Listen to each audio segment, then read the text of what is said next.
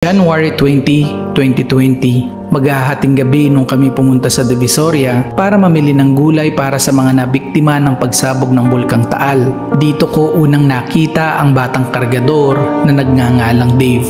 Napukaw niya ang aking atensyon dahil napakamura pa ng edad niya para pasukin ng ganitong uri ng trabaho. Kargador sa umaga, kargador sa gabi. Sobrang awa ang naramdaman ko sa batang ito kaya hindi ko sinayang ang pagkakataon para makausap siya at lalong bumigat ang damdamin ko nung marinig ko ang kanyang kwento. 1 taon na ang nakalilipas mula noong una naming pagkikita ni Dave at masasabi kong napakasarap sa pakiramdam na ang batang nooy inalipin ng kahirapan, pinagkaitan ang kamusmusan ay isa ng batang masiyahin na punong-puno ng pagmamahal. Ang batang kargador ay malaya na ngayon.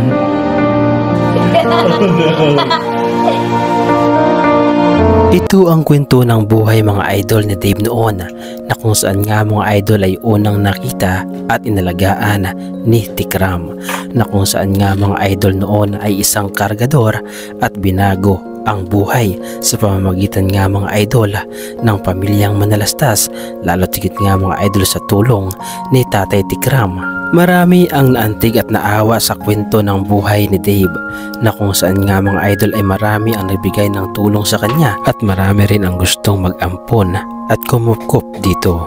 Subalit na naig nga mga idol ang pagmamahal ni Tikram at pamilyang Manalastas, kung kaya't doon nakatira at doon kinupkup at tinuring na tunay na anak at kapamilya. At ganito nga mga idol ipinapakita at ipinaparamdam ni Tatay Tikram ni Dave ang pagmamahal, na kung saan nga mga idol ay talagang makikita na talagang mahal na mahal ni Tatay Tikram si Dave.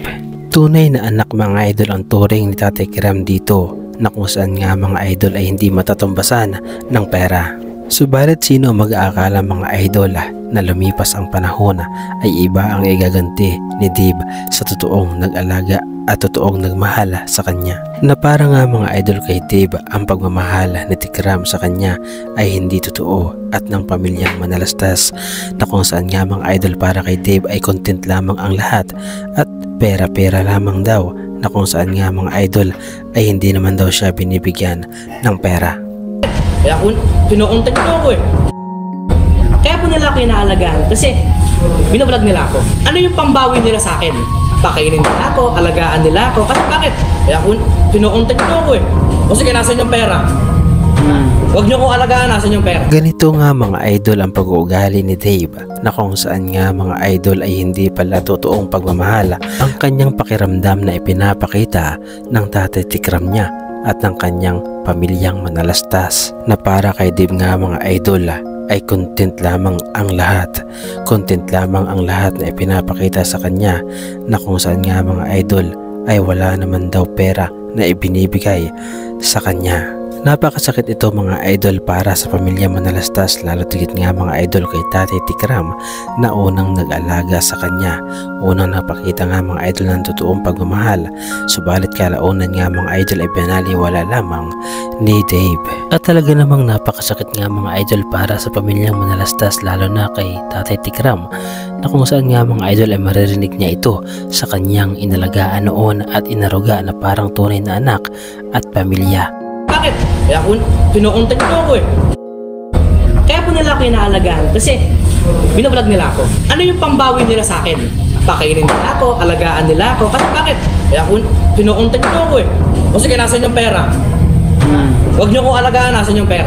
Isa itong patotoo at patunay mga idol na si Dave na inalagaan noon na isang kargador ay talagang walang utang na loob sa unang nag-alaga sa kanya. Sa totoo lang mga idol, hindi naman ganito ang ugali noon ni Dave, na kung saan nga mga idol ay magalang ito at talaga namang nakakaawa. Talaga namang hindi mo sukat akalain na ganito ang igaganti niya sa kanyang Tatay Tikram, na ngayon nga mga idol ay tila panunumbat pa ang kanyang ginagawa at paninira ang kanyang sinasabi sa mga tao na totoong nagmahal sa kanya. At ang lahat ng ito nga mga idol ay dahil sa bagong nag-aalaga sa kanya, sa bagong inaakala nga mga idol ni Dave ay totoo ang pagmamahal na ipinapakita sa kanya ng mga taong nakapaligid ngayon sa kanya.